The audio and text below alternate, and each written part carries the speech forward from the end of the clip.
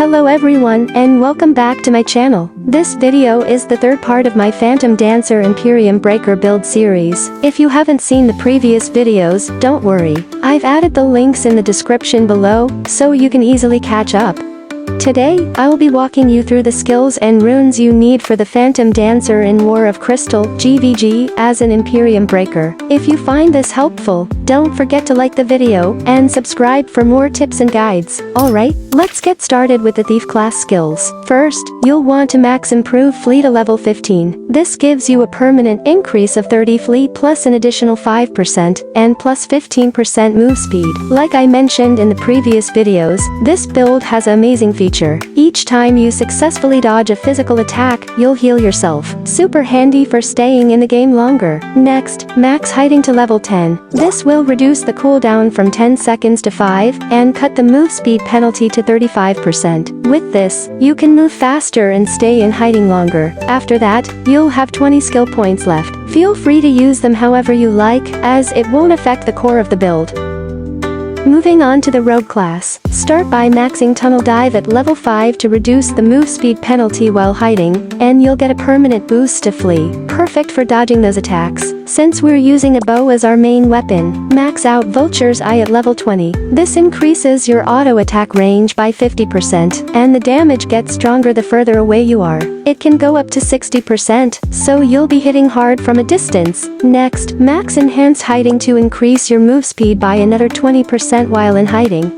Now for Plagiarism, we only need to level this up to 2. This skill lets you learn skills from monsters, and for this build, we'll learn level 2 Eden Team Blessing from Bug Catcher Violet in Time Garden. Eden Team Blessing is amazing. It can block magical damage up to 9 times, which is super important in GVG, since magic users tend to be the biggest threats in this meta. With your remaining skill points, you can invest in Double Strafe and repeat firing to unlock Triangle Shot. For the Stalker class, start with Rogue's Nature, which gives a huge 20% boost to your ranged physical damage. Next, pick up Vanished, which is an exclusive hiding skill that reduces incoming damage by 80%. If you've maxed out Aesir, the cooldown for this skill gets reduced by 60%, so you'll be using it more often.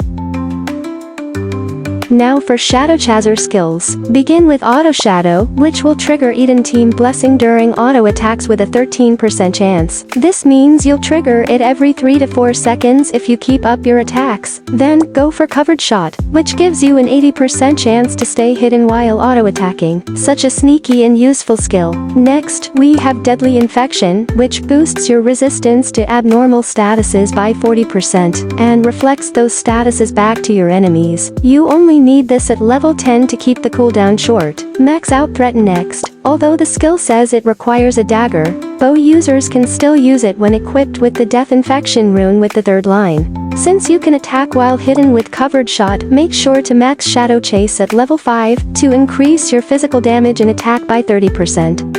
With any leftover skill points, I recommend leveling Magic Trap and Chaos Panic to level 3 each, which will unlock Manhole. Max out Manhole at level 5, so you can hold enemies for 6 seconds. When equipped with the Bow of the Destroyer, it'll leave a manhole behind when your Night Shadow is destroyed, which is a great way to trap your opponents. And finally, for the Phantom Dancer class, it's super easy. Just max out everything, you'll be good to go.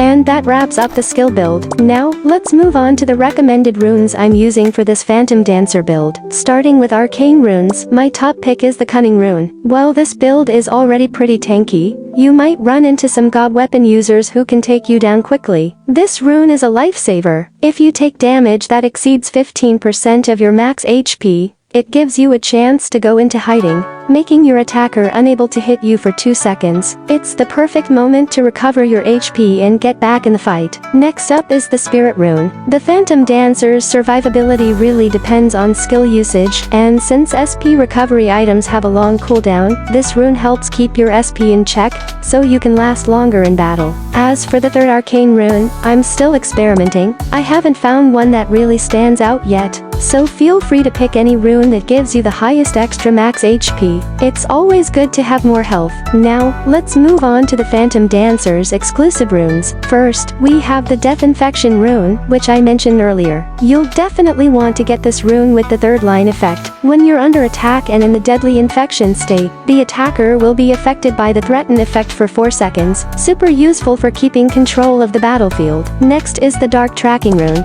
Focus on getting the third line effect first, then the first line second. The third line allows you to avoid all AoE magic, while Vanish is active. When combined with the Purged Wealthing GVG rental headgear and some practice, you'll be able to dodge all AoE magic attacks like a pro. The Death Notice rune is optional, but it's great to have. Even though the skill mark of Death doesn't affect the Emperium, it can auto-cast when you attack enemies, while using the Bow of the Destroyer. This skill limits the target's move speed to 100% with the third line effect, and also stops them from using hiding. Very handy in GVG. Next up is the Blurred Light and Shadow Star rune. All the line effects are important, but don't worry too much if you're missing the third line. When combined with the Dark Night Hunter passive ability, each Night Shadow gives you a 10% chance to dodge lock target damage like Jormungander's attacks. With 3 Night Shadows on the field, you can stack that up to 30% dodge chance. Now for the Soul Intimidation rune. This works beautifully with the Death Infection rune, by enhancing the effect of your threatened skill,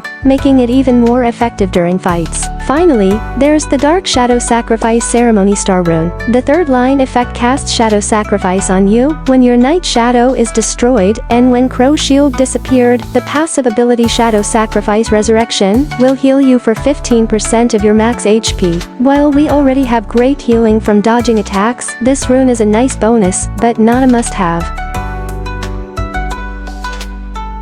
And that's it. Thanks so much for watching, and I hope this helps you in your War of Crystal battles. If you enjoyed the video, please like, comment, and subscribe for more guides like this one. See you in the next video.